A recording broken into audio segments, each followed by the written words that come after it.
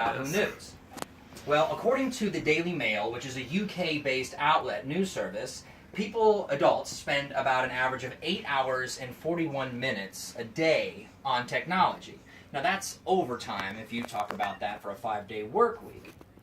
So this might come to no surprise, but children themselves also are roughly on a screen, not just technology, but in front of a screen, about 44.5 hours a week. And this does not include school. This includes what we do at home.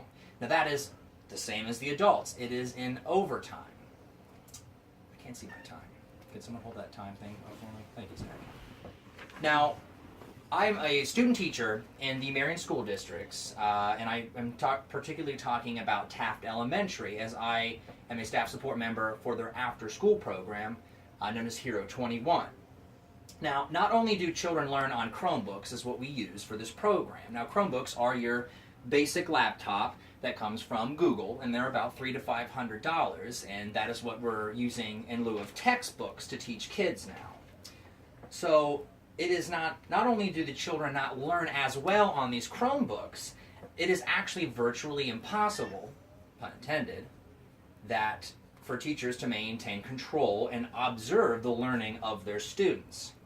So by showing you how a teacher walks around the room, I'm going to show you the differences between a book, as I have my one visual aid prop here. I have the textbook, and we're going to pretend that we're going to hide, say, a comic book or a magazine. This is just another book. And how that is different than doing it with simply saying a computer using a browser. We will have multiple tabs open to show how this works. So as you can see, none of these objects are able to physically conceal something. If I put something in the computer, you're going to see it physically. If I put something inside of a book, you're physically going to be able to see it. So, but the Chromebook is just a click away to being off task. Now how this works is traditionally it was possible for a student to put a magazine, we're going to pretend we're going to use this one now, Carmine. It was traditionally used for a student to use like a magazine or a comic book in their books while the teacher was conducting class. Now in order for a student to do this, they would have to hold the book up.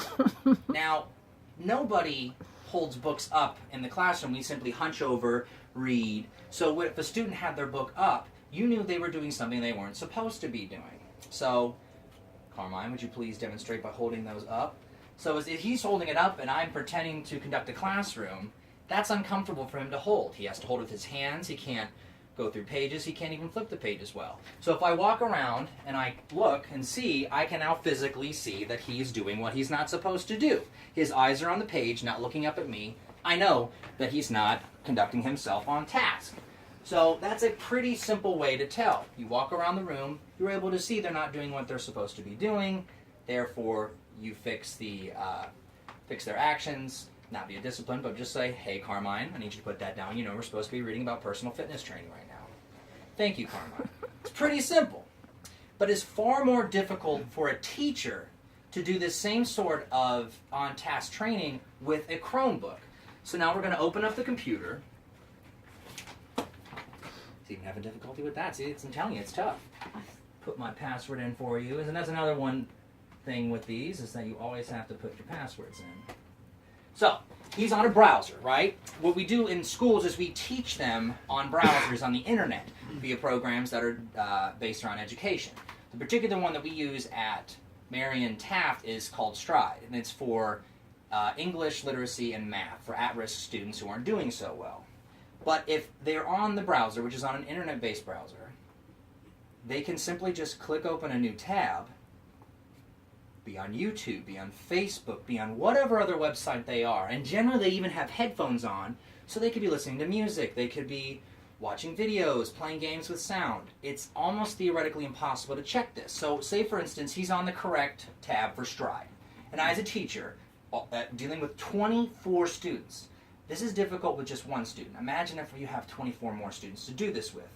As he's on one tab, I'm walking around checking other computers, making sure the kids are doing their homework, doing the work, and I come over, and it's on the tab he's supposed to, but he was on YouTube.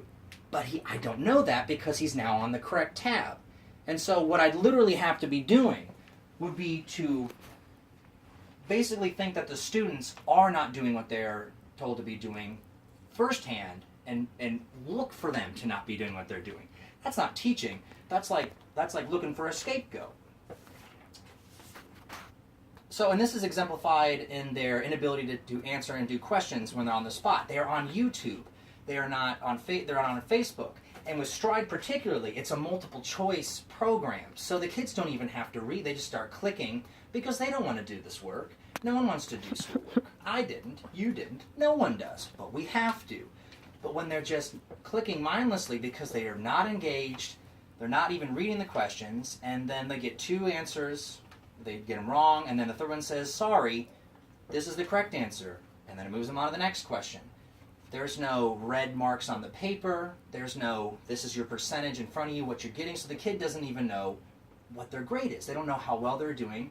They're not very much so paying attention. And not only that we're using these computers to teach children how to read and write, but they're not writing, they're typing.